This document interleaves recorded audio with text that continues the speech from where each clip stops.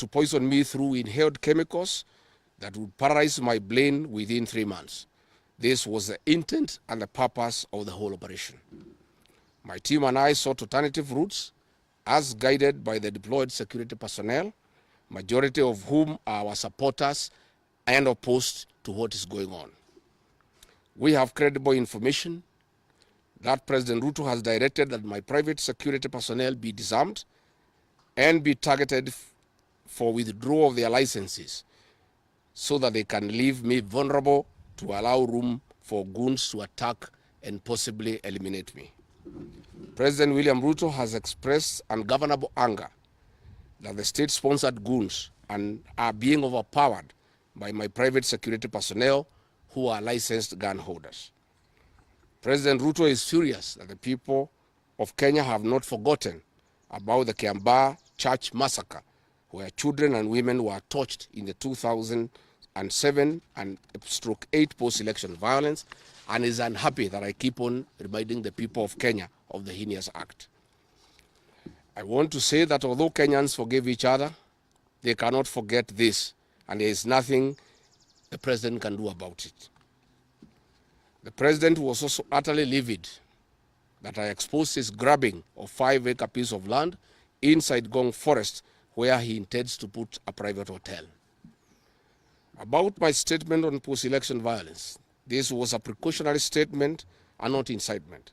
It is based on historical facts and past electoral experiences of 1992, 1997, and 2007 controversial elections, that we must have a free and fair election in 2027. It is my civic duty as a leader to remind IEBC, all agencies and institutions charged with election management, that they must deliver free, fair, verifiable, and credible election. I have heard the CS Interior and other pretenders to the throne claim that they will not allow political violence. I urge them to walk the talk. Since November 2024, political violence of great magnitude has been meted on me, my family, and my supporters. Not a single case has been prosecuted. For instance, on 28th November 2024, at a solemn funeral service in Limuru, Kiambu County, I was attacked by organized criminal gangs under police escort. On 28th December 2024, in Shamata, Nyandarua, an inspector of police flanked by criminal gangs threw tear gas canisters at me. On 23rd March 2025, at ACK St. Peter's Cathedral in Nyeri, my convoy was attacked at a church compound by a non-criminal gang under police escort. On 29th March 2025 in Naivasha town, we were attacked by the police. On 6th April 2025, at a church service in Mwik, PCA, hooded goons attacked us inside the church. We dismiss with contempt the loose talk by CS Interior that during the DCP party unveiling, where goons dared to cause chaos were fighting for handouts from us. These were state-sponsored, but fortunately, they were overpowered by security personnel and supporters. The CS has given instructions that instead of arresting the said goons, they disarm my security personnel to give goons free access to me and my supporters in future occasions. Let it be known that our party, DCP, has organic support, and we do not pay supporters to attend our meetings the way the government is doing to people to attend their meetings. Finally, let me assure the planners of this violence that you will not stop the cause of the people of Kenya. The one-term movement and the DCP party popularity will not be stopped and will not be slowed down. The cause to liberate Kenya is not about Gachagua. All the leaders with me. Wasting time and resources to stop me is a zero-sum game. The people of the Republic of Kenya have said that lies must stop, roads must be built, corruption must stop, abductions and extrajudicial killings must stop, education and health systems must work. They are some of the things that are making the people of Kenya restless. We are putting our supporters on high alert that they have the right to express their frustrations if injustice is meted on us. My supporters and I will not be cowed or intimidated by the use of the criminal justice system to manage politics. The drama of waylaying us on roads should be stopped. If the government knows that I've committed a crime known under the laws of Kenya and identified in the penal code, they know all my homes, and I'm here. They know my Wamanyoro home. They don't need to lay me on the road. Let them just come here, and if we have committed a crime, they can come and arrest me and take whatever action that they want to take. That is the end of the statement. Iko swali? Yes. Yes.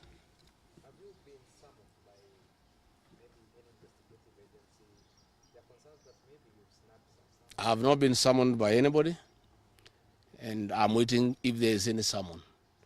What happened is that they wanted to plant weapons in my convoy, and they wanted to use chemicals so that they can paralyze our brain the way they did to Kenneth Matiba. And that is why we had to take an escape, an alternative route to get here. I would have wished they came here instead of wailing us on the road and using those dreaded criminals who are responsible for abductions and extrajudicial killings. And that squad works under the Director General of the National Intelligence Service. It's 101 officers who are recruited from the administration police, and they have been given special training by the National Intelligence Service, and they are responsible for the abductions and extrajudicial killings. And that is the squad that had been planned yesterday and mobilized so that they can incapacitate me and my people. Yes.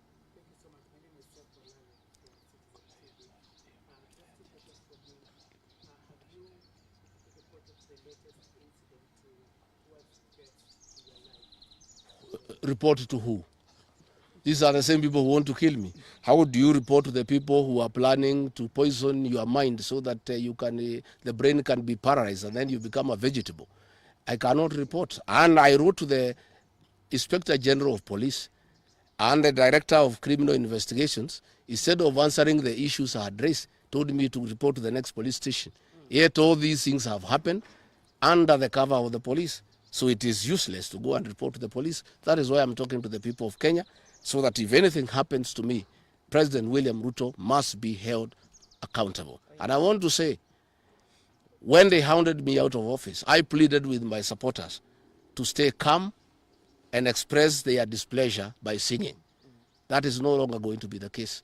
And my supporters have blamed me for not allowing them to stand up to intimidation and the wrong things that are being done against their leaders. Therefore, our supporters are on high alert, and they will be part of the leadership and ourselves who will be resisting impunity and intimidation by William Ruto and the government. Oh, yes.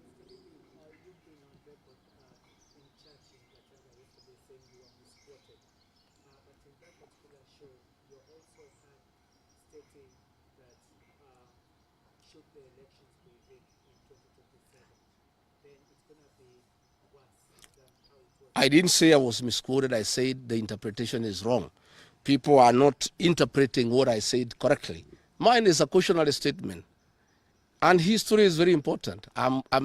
During the finance bill of 2024, I did caution President William Ruto and the cabinet that it will bring problems because I listened to the people of Kenya. When a member of parliament from Rift Valley says that even if the votes are not enough, they will know how to manufacture them. When another leader from Rift Valley say they can rule for 24 years. These are the things that have put the people of Kenya on notice, and people are speaking.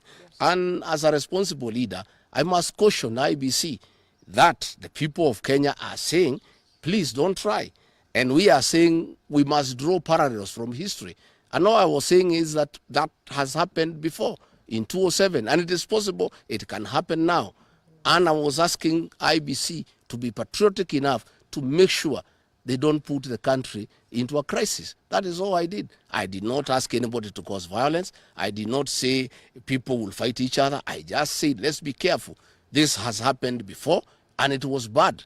And from the way people are speaking, it could be worse. That is all I said. Yes, Waweru.